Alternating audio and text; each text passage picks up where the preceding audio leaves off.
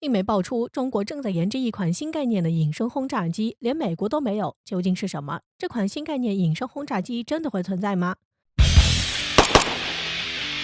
近年来，中国军事发展十分迅猛，也是有目共睹的事儿。而这也体现在中国武器装备更新换代上。目前，中国在众多军事领域直追美国，也因此外界对于中国武器颇为关注，尤其是猜测中国还有哪些秘密武器没有拿出来。近日，印度媒体有消息称，中国正在制造美国从没造过的隐身战轰，并认为中国正在研发一种隐身战斗轰炸机，还按中国的编号规则为中国正在研制的隐形战轰起了一个编号为歼轰 XX。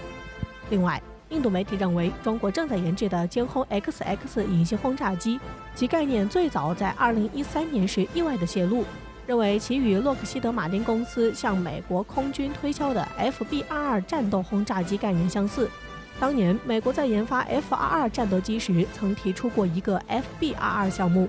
这是美国在吸取海湾战争的经验后所提出的一种新型战机。这款战机在设计上相较于 F-22 战机有了较大改变，其身长被进行了加长，采用双座设计，换装2台 F119 的改型发动机，使推力增加约10%，主武器舱加大，增加外挂点，变成一款中型轰炸机，最大起飞重量达到42.5吨。但是保持了 F-22 战机的飞行特点，能在2万米高空以1200米公里每小时的速度飞行，且航程较远，作战半径近2900公里，为 F-22 战机的3倍，可在机舱内携带6810公斤到9720公斤的武器。如果通过使用外部吊架，所携带载荷可以增加至16200千克。根据印度媒体的描述，由于 FB-22 战机是以 F-22 战机为基础，所以不仅很多零件和设备通用，且生产成本较低，还可以保持其隐身的特点。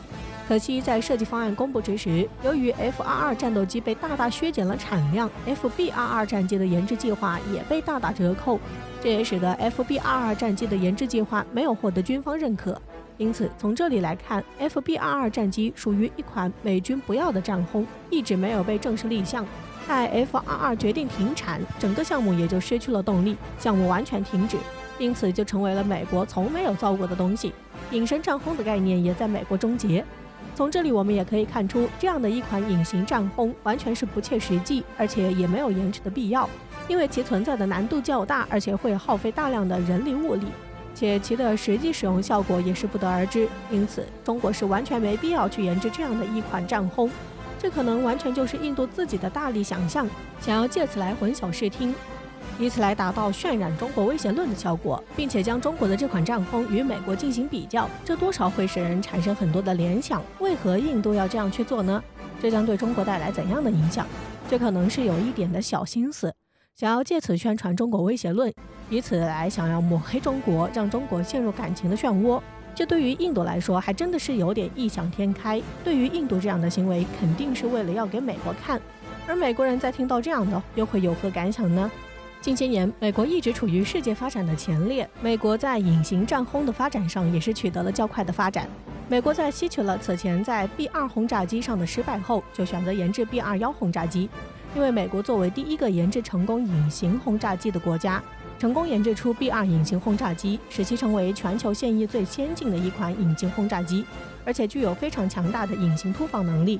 在美国空军发挥着重要的作用。但是 B-2 作为一款世界领先的隐形轰炸机，研制成本非常高额，竟然高达20多亿美元，并且毫不夸张地说，美国 B-2 隐形战略轰炸机在执行任务的每分每秒都有无数的美元在燃烧，产生了非常高额的费用。而且值得一提的是，就算是放在机场不运作，它所自然产生的日常维护的费用也是相当的高额。所以在这样的背景下，促使美国要研制 B-2 隐形轰炸机的加强版，那就是 B-21 战略隐形轰炸机。因此，美国 B-21 轰炸机就应运而生。而美国 B-21 战略隐形轰炸机相较于 B-2 隐形轰炸机的一个明显的优势就是，它的研制成本比 B-2 隐形轰炸机要低得多，这就大大节省了研制成本和维护的费用，也会大大增加美军的使用效率。因为使用的时候不会产生像 B-2 隐形轰炸机所产生那么高额的费用，所以在这一方面就很得美国军方的青睐。因此，美国也加大了对 B-21 战略隐身轰炸机的研发力度，争取可以早点研制出来。